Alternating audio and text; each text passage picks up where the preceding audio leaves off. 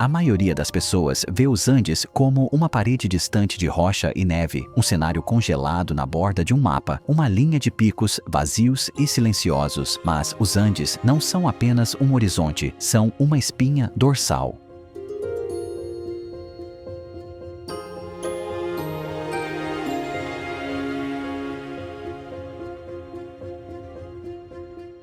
Da Venezuela e Colômbia, descendo pelo Equador, Peru, Bolívia, Chile e Argentina, esta espinha dorsal montanhosa abriga cidades e mercados, geleiras e desertos, minas, rodovias e fazendas de altitude.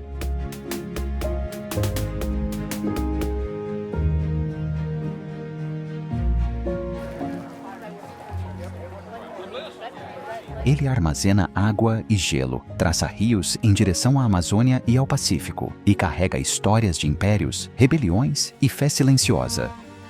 Ao longo de suas cristas, as pessoas pastoreiam, comercializam, oram, migram e se adaptam enquanto o clima muda ao seu redor.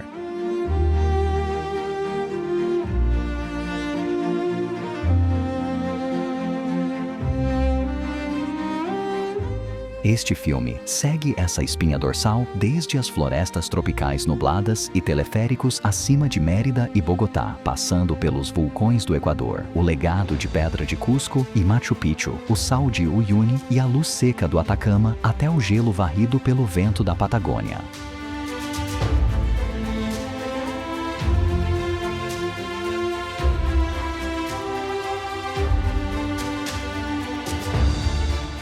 Uma jornada lenta e paciente, observando como se agarra ao ar rarefeito e ao solo íngreme e como um continente se equilibra nesta espinha dorsal estreita e mutável.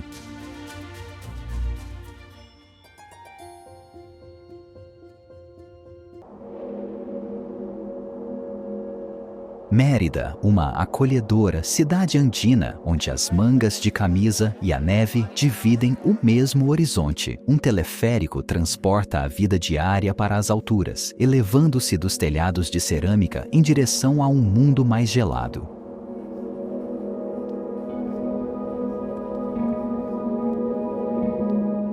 Um dos teleféricos mais altos do mundo, transporta pessoas de um vale subtropical para picos que roçam os 4.000 metros. De cima, casas se prendem a morros íngremes e a névoa cobre os cumes atrás delas. Cabines deslizam sobre telhados e torres de igrejas, depois se dissolvem nas nuvens. Mercados e praças brilham na luz do fim da tarde, toldos e guarda-chuvas espalhando cor pelas ruas. Ao anoitecer, nuvens baixas transbordam o horizonte nítido e uma rede de luzes da cidade pisca lá embaixo.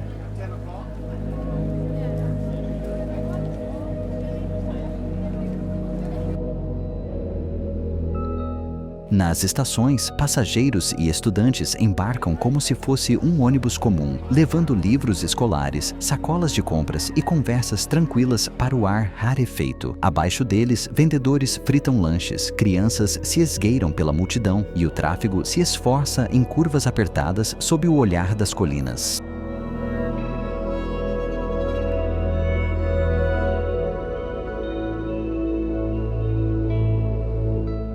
Aqui, a Cordilheira dos Andes parece um elevador, num instante úmido e movimentado, no seguinte silencioso e sem fôlego. Em Mérida, os Andes não são apenas uma paisagem distante, mas sim parte integrante do trajeto diário, um constante lembrete de quão rapidamente a altitude e a própria vida podem mudar.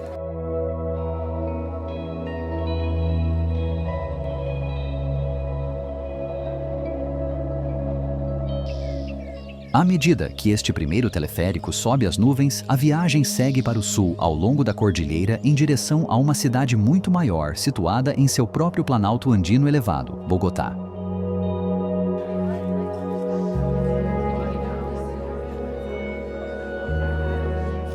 Bogotá, uma capital inquieta que se estende por um elevado planalto andino, uma metrópole de praças, arranha-céus de vidro e ar rarefeito.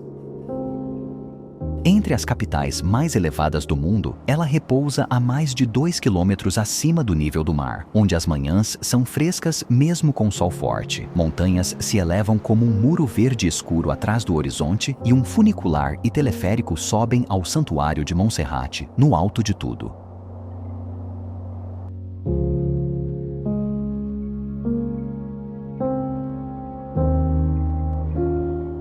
Desse cume, a cidade se derrama lá embaixo em grades de concreto e telhados vermelhos. A Praça Bolívar é banhada por uma luz suave. Pombos levantam voo enquanto passos atravessam a praça e vozes ecoam nas pedras.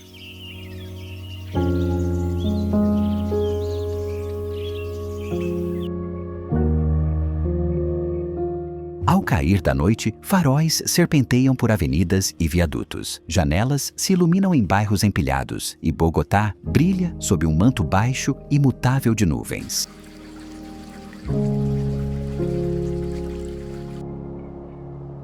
Nestas ruas movimentadas, trabalhadores de escritório e estudantes descem de ônibus e do Transmilênio, agarrados em seus casacos contra o frio.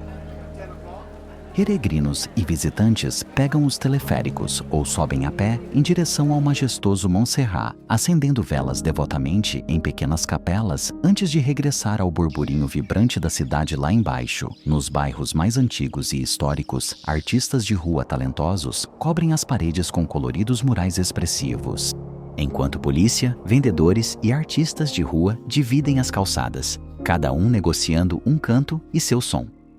O Bogotá mostra que a Cordilheira dos Andes pode carregar megacidades em suas costas, assim como vilarejos. Aqui, os Andes são um platô de concreto, sustentando política, cultura e protesto acima das nuvens.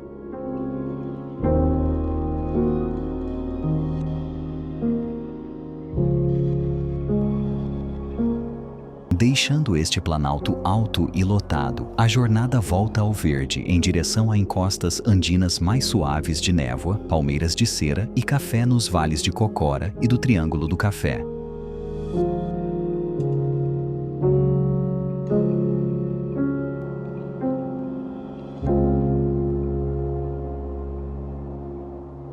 Vale do Cocora e o Triângulo do Café, onde os Andes trocam concreto por névoa e palmeiras de cera. Uma face mais gentil das montanhas surge aqui, coberta de verde e folhas de café. Estas colinas abrigam algumas das palmeiras mais altas do mundo, erguendo-se como mastros finos acima de encostas, que cultivam grande parte do café da Colômbia.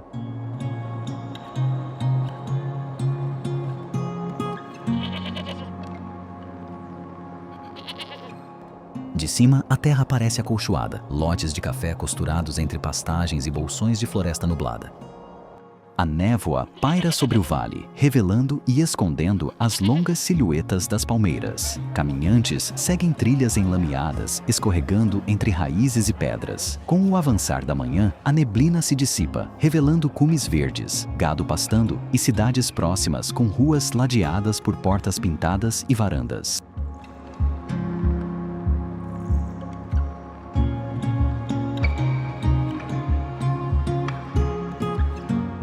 Entre os arbustos, os colhedores avançam em linhas firmes, com as mãos enchendo cestos de cerejas vermelhas. Agricultores montam a cavalo ou sacodem-se em jipes velhos por trilhas rústicas, levando ferramentas e sacos entre campos e aldeias.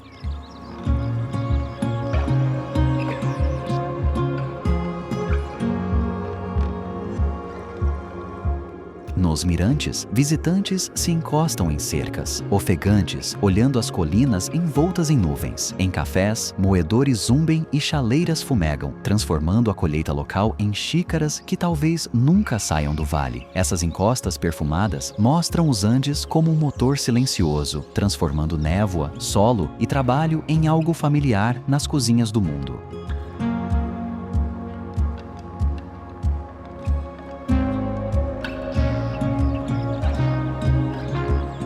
Dessas colinas de café nebulosas, a cordilheira nos leva ao sul, a uma cidade em vale estreito e mercados serranos, vigiados por vulcões distantes, Quito e Otávalo. Quito, uma cidade comprida encaixada num estreito vale andino.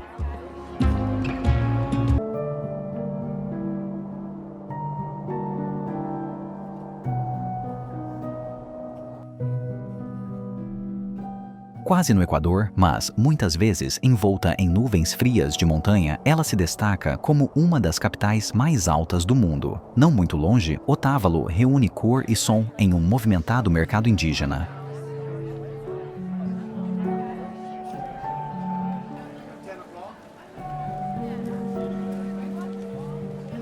De cima, Quito se estende como uma fita entre paredes verdes íngremes, torres de igrejas e estádios aninhados em cada dobra. Cabines do teleférico flutuam sobre telhados e rodovias, a cidade diminuindo sob elas enquanto silhuetas de vulcões surgem no horizonte. Em Otávalo, barracas transbordam com cobertores, chapéus e joias tecidos. Em dias claros, cones distantes, alguns cobertos de neve, vigiam terras agrícolas e as bordas da cidade.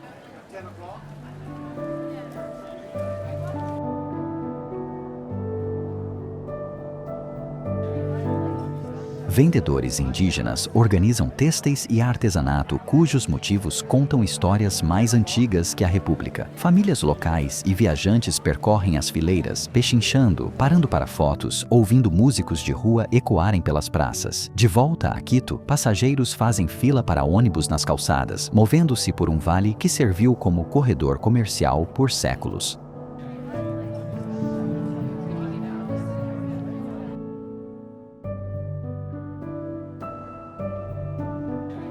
Aqui, os Andes parecem uma espinha dorsal de mercado, canalizando pessoas e mercadorias ao longo de sua extensão. O solo pode ser vulcânico e inquieto, mas a vida no alto é tecida de cores, sons e trocas, enquanto os Andes se tornam berço de tradição e rota para o turismo e comércio global.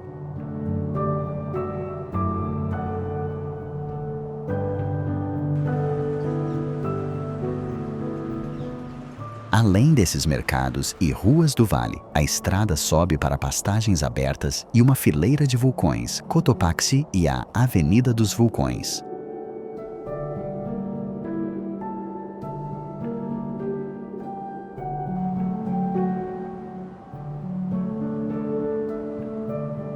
O Cotopaxi e seus vizinhos formam uma procissão de vulcões que descem os Andes, um corredor elevado onde o solo está quieto, mas só por enquanto. O Cotopaxi está entre os vulcões ativos mais altos do mundo, parte de uma cadeia que tem remodelado vales repetidamente com cinzas e gelo.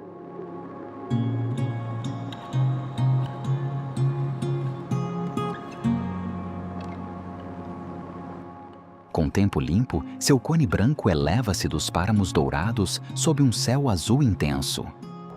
Vistas amplas revelam a montanha que se ergue solitária, ladeada por picos menores e longas sombras. Caminhantes e ciclistas percorrem trilhas empoeiradas. Pequenas figuras se movem sob o céu que parece pesar. O vento dobra as gramíneas e empurra nuvens pela planície, às vezes envolvendo o cume, às vezes revelando a borda da cratera.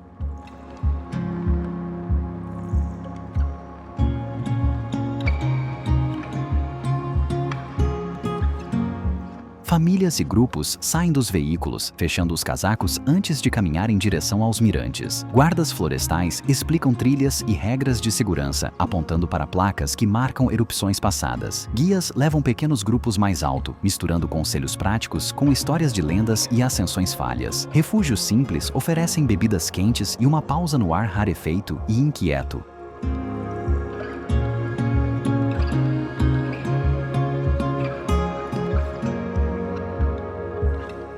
Neste espaço aberto, os Andes parecem crus e jovens, ainda capazes de se refazerem da noite para o dia. Aqui, os Andes são construídos de fogo e cinzas, mas aparecem em roteiros de fim de semana, lembrando como as linhas do tempo humanas e das montanhas se desencontram facilmente.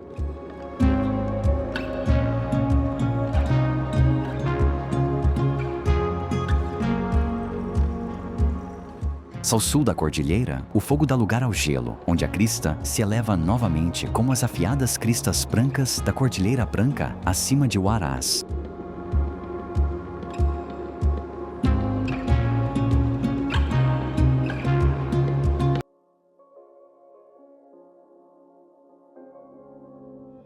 A Cordilheira Branca ergue-se como uma coroa irregular de gelo sobre o norte do Peru. Huaraz fica à sua sombra, uma cidade que vive sob alguns dos picos tropicais mais altos da Terra. Frequentemente descrita como uma das cadeias de montanhas tropicais mais altas, estes cumes alimentam glaciares cuja água de degelo corre muito além destes vales.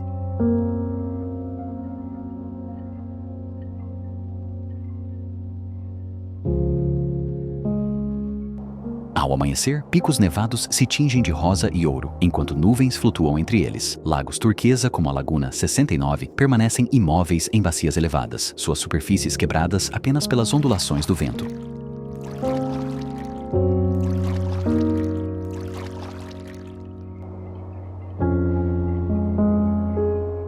Geleiras descem das cristas, riachos esculpindo canais no gelo e morena escura. Trilhas de trekking cruzam altos desfiladeiros, tendas espalhadas em pequenos patamares verdes acima dos vales.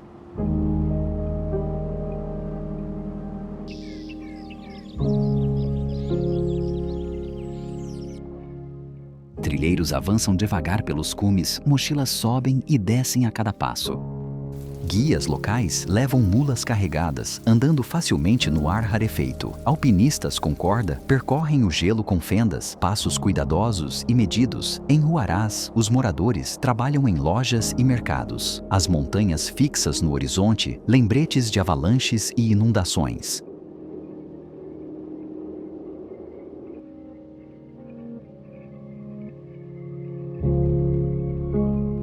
Aqui, os Andes são afiados e frágeis ao mesmo tempo, suas geleiras recuando da rocha. Os Andes funcionam como um reservatório congelado, alimentando silenciosamente a vida rio abaixo, mesmo enquanto o estalo do gelo sugere a rapidez com que o equilíbrio da montanha está mudando.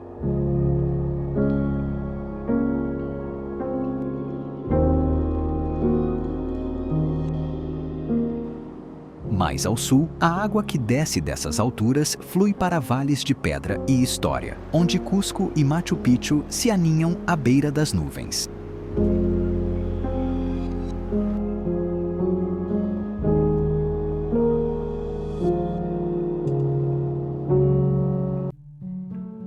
Cusco e Machu Picchu formam o coração de pedra de um império construído nas montanhas. Antiga capital do Império Inca, Cusco fica no alto do Planalto, enquanto Machu Picchu se agarra a um cume estreito, acima de vales profundos da selva.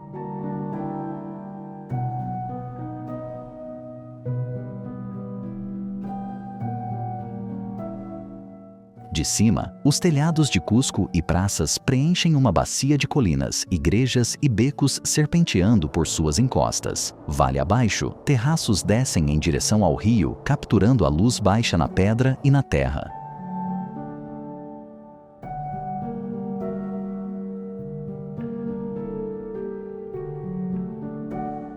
Os trens seguem o Urubamba por um desfiladeiro que se estreita, com janelas refletindo penhascos e águas velozes. Mais acima, Machu Picchu emerge da nuvem matinal, estruturas de pedra equilibradas entre cumes e o espaço vazio.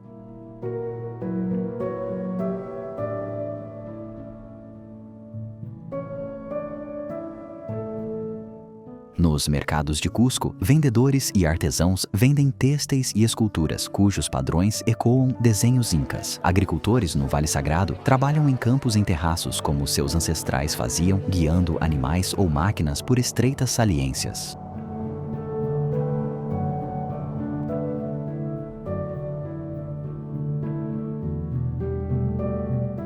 Funcionários da ferrovia se movem pelos vagões, servindo comida e apontando ruínas e cachoeiras. No cume, guias conduzem pequenos grupos por Machu Picchu, traçando histórias de cerimônia, império e perda nos degraus desgastados.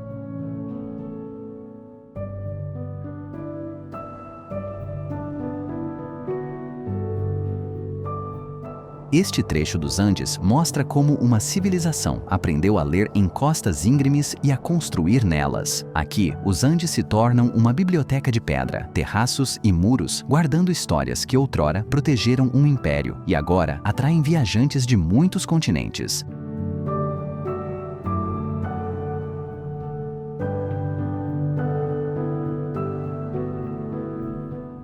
A jusante e mais acima, esses rios e estradas levam a uma vasta e fria extensão de água espalhada pelo Planalto, o Lago Titicaca e o Altiplano.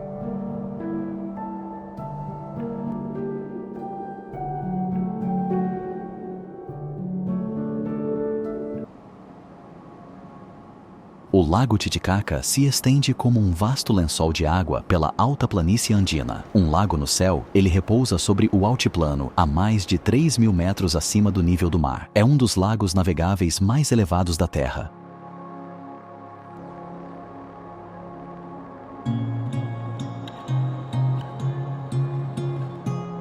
Do ar, água azul escura se estende para silhuetas de montanhas distantes, bordas quebradas por penínsulas baixas, ilhas flutuantes de juncos parecem manchas de ouro na superfície.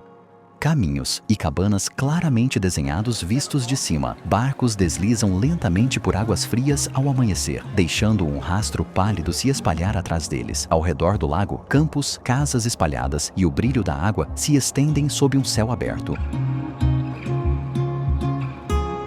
Nas ilhas, as pessoas cortam, tecem e empilham juncos para construir plataformas, paredes e barcos. Pescadores lançam redes de cascos baixos, verificando as linhas na luz da manhã. Crianças caminham por trilhas de junco, acenando enquanto os barcos se aproximam. Visitantes de coletes pisam com cuidado nas ilhas, ouvindo histórias de como essas casas flutuantes surgiram e persistem.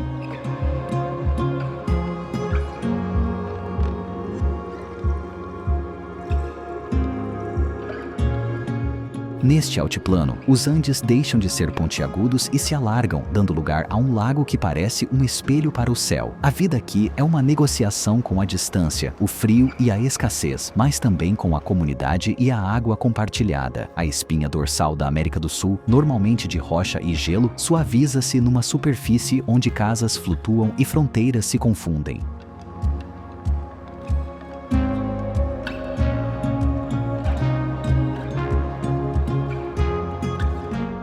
Nesse mesmo planalto, o vasto horizonte se estreita numa bacia de tijolos e teleféricos, enquanto a jornada segue para La Paz e a megalópole andina.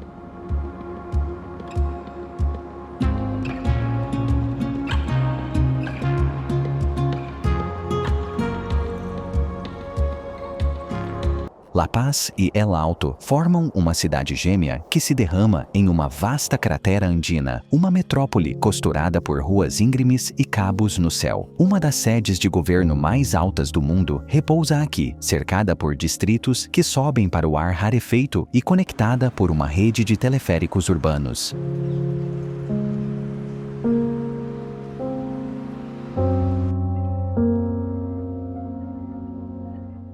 Do alto, as casas se amontoam nas encostas do cânion, empilhadas em camadas vermelhas e cinzas, enquanto o pico nevado do Illimani observa do horizonte. Teleféricos deslizam sobre telhados e chapas de metal. Sombras escorregam por pátios e escadarias. Mercados e terminais de ônibus se aglomeram no centro, com ônibus espremidos em ruas estreitas. E, à noite, correntes de luz sobem as encostas, enquanto a cidade brilha dentro da sua taça de pedra.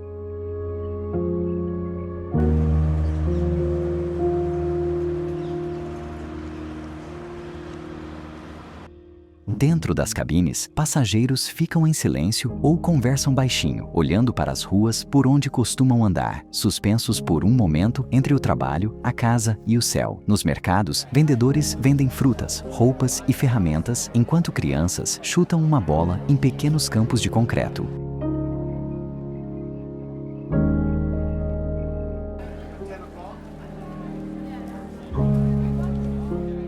Nas margens de estradas e telhados, operários reparam cabos, linhas e calçamento danificado a poucos passos do vazio. Em La Paz, os Andes parecem uma cidade de terraços. A espinha dorsal da montanha não distante, mas presente em cada rua e escadaria, vidas entrelaçadas nos Andes.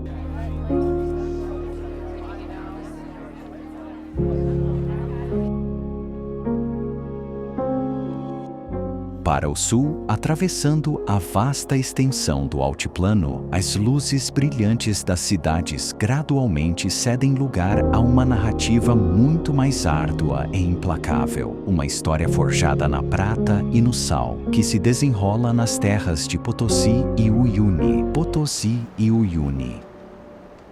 Marque um lugar onde os Andes viram ruas de prata e sal sem fim, uma paisagem de riqueza e vazio, moldada por mineiros e visitantes. Potosí foi uma das cidades mais ricas do mundo, construída sob uma montanha de minério, enquanto o Salar de Uyuni se estende como um dos maiores desertos de sal da Terra, um mar branco no altiplano.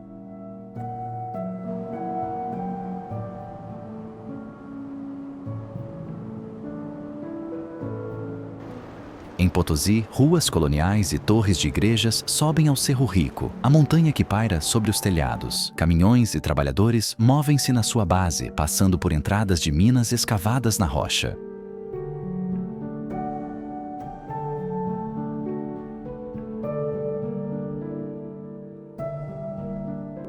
Mais ao sul, jipes atravessam o salar, deixando rastros sobre uma superfície que vai até o horizonte. Após a chuva, uma fina película d'água transforma o chão em um espelho. Céu e terra se fundem em uma única linha.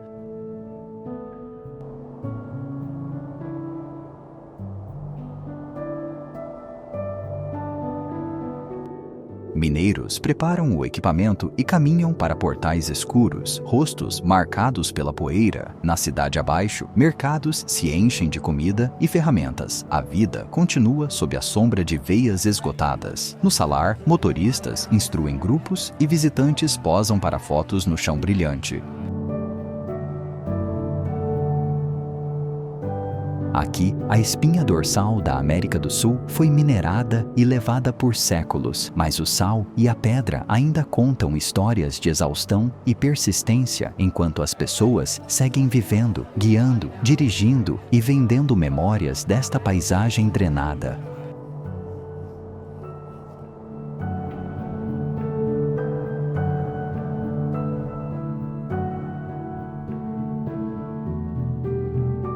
Além do branco mar de sal, a terra volta a subir num planalto mais alto e árido, onde os Andes se inclinam nos espaços silenciosos do deserto do Atacama.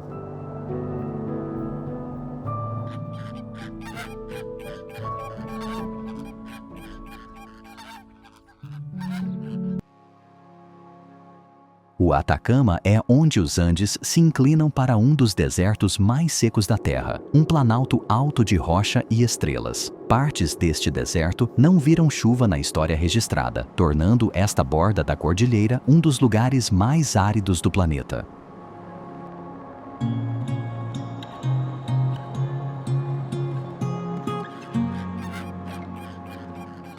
Pelo Vale de la Luna, cristas e dunas brilham alaranjadas sob o sol baixo, suas formas esculpidas pelo vento. O vapor sobe ao amanhecer dos géiseres de El Tátil, com visitantes em silhuetas escuras na névoa. Terra rachada e crostas de sal se estendem em direção a montanhas distantes sob um céu azul, e à noite a Via Láctea se curva sobre torres de rocha, o ar seco transformando o céu num campo de luz.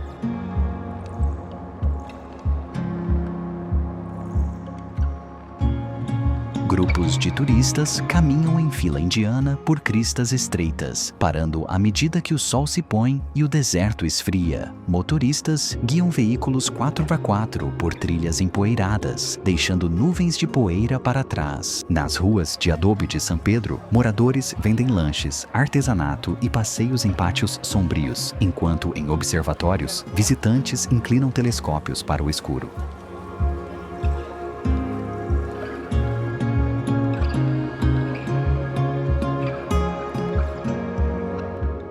Aqui, os Andes parecem menos uma parede e mais um teto, elevando o deserto tão alto que o som e a cor se aguçam. A espinha dorsal da América do Sul mostra não só água, floresta e gelo, mas também o extremo de quase nada, onde cada pegada parece breve contra o planalto.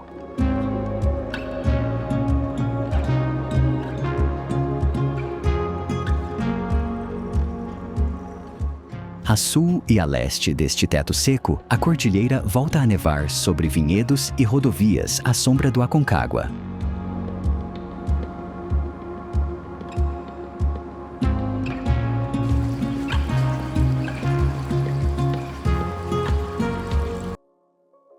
Aconcagua e Mendoza marcam um lugar onde vinhedos se estendem em direção ao pico mais alto fora da Ásia, um encontro de vinho e neve. O Aconcagua se eleva como a montanha mais alta além do Himalaia, pairando sobre vales de uvas, vilarejos e rodovias.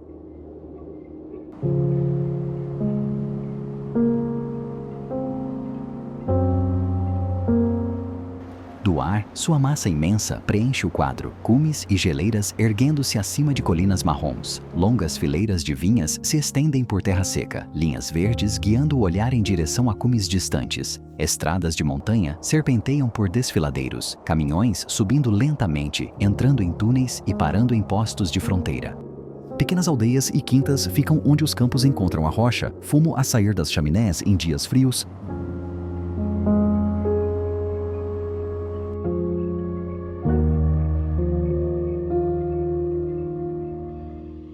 Nos vinhedos, trabalhadores podam, amarram e colhem, carregando caixas de uva em reboques e caminhões. Em cafés de beira de estrada, motoristas descansam com refeições e bebidas quentes, motores esfriando lá fora antes de outra travessia. Nas trilhas da montanha, caminhantes e alpinistas caminham devagar com mochilas pesadas, adaptando-se ao ar rarefeito. Nas vinícolas, visitantes sentam-se à sombra das árvores, taças capturando reflexos da neve atrás das fileiras.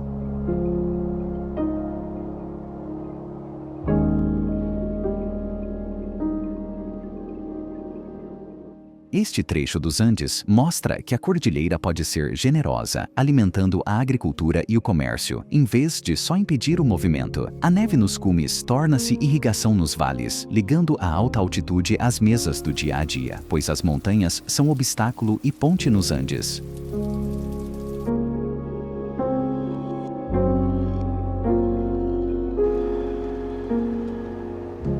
Ao sul dessas passagens e vinhedos, a cordilheira se suaviza em lagos, florestas e vilas alpinas nos Andes da Patagônia Central.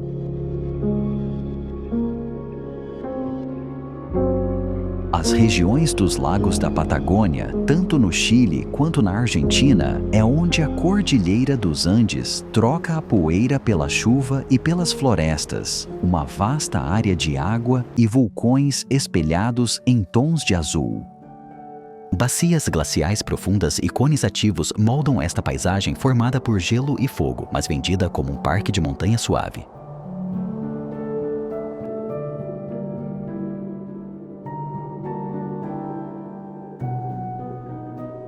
As paisagens se estendem sobre lagos como Lanquihue ou Nahuelhuapi. Suas superfícies refletem vulcões e cumes nevados. As ruas das cidades se alinham nas margens com chalés, cafés e floreiras emolduradas por montanhas.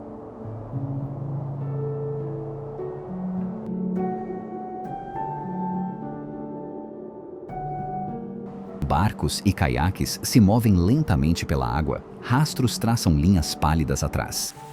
Encostas arborizadas sobem da costa, cachoeiras e estradas desaparecem na vegetação. Famílias passeiam por calçadões à beira-mar, casacos fechados contra o ar. Caminhantes seguem trilhas florestais para mirantes sobre lagos e picos, parando em clareiras onde o vento move as árvores.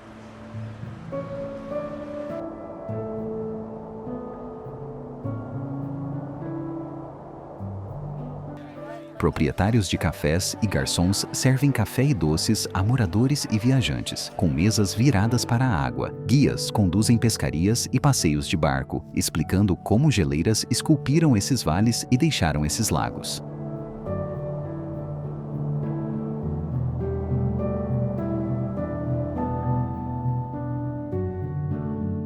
Aqui, os Andes parecem mais suaves à superfície, um lugar de fotos de férias e hotéis à beira do lago. No entanto, as florestas, vulcões e lagos mostram que este conforto assenta em erupções antigas e gelo lento. A espinha dorsal da América do Sul oferece um rosto acolhedor, mesmo enquanto continua a mover-se e a respirar sob as árvores.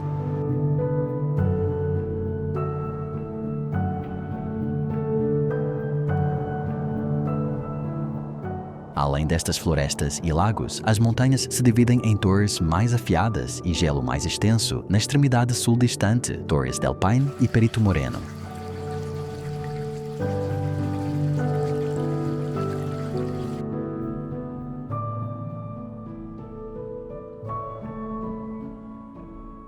Torres del Paine e Perito Moreno se situam onde os Andes se desfazem em torres e muralhas de gelo na extremidade do continente, um ponto final gelado no extremo sul da espinha dorsal. Aqui, campos de gelo, geleiras que se desprendem e ventos fortes moldam o último alcance da cordilheira.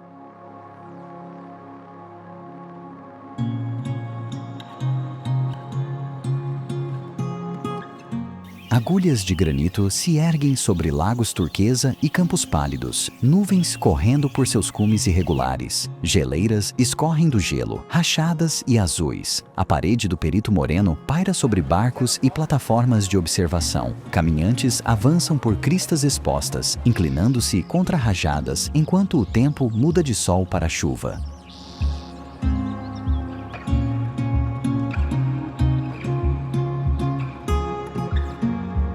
Nas trilhas, os caminhantes seguem rotas marcadas e armam barracas por baixo de tecido esvoaçante.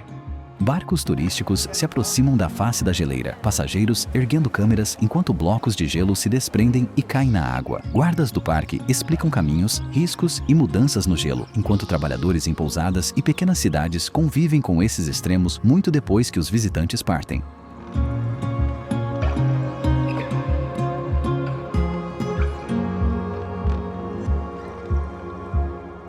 No extremo sul, os Andes parecem ao mesmo tempo antigos e frágeis, seu gelo rangendo e se partindo. A espinha dorsal da América do Sul se desfaz em rocha, água e icebergs flutuantes, dando a entender que nenhuma montanha é permanente.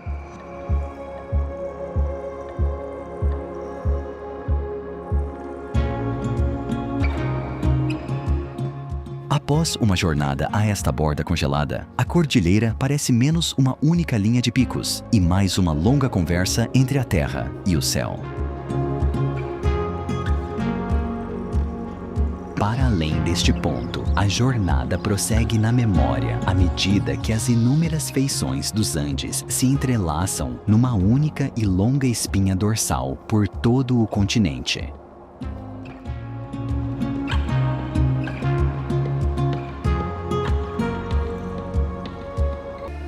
Desde os cumes nublados de Mérida até as muralhas de gelo da Patagônia, a jornada ao longo dos Andes revela não apenas uma única cordilheira, mas sim um longo e irregular pulsar de vida. Cidades suspensas no céu, mercados em terraços, minas, desertos, vinhedos e ilhas flutuantes. Tudo isso se sustenta na mesma espinha dorsal.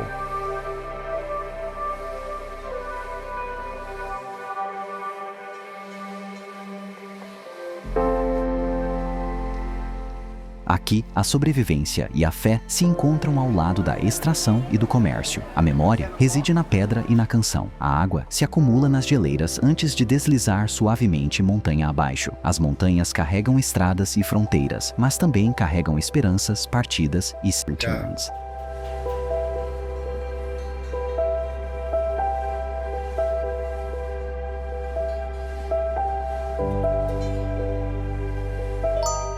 Os Andes, a espinha dorsal da América do Sul, é mais do que uma paisagem na borda do quadro. É uma coluna viva da qual milhões dependem e um lembrete de que o chão sob cada horizonte está se movendo lentamente sob nossos pés.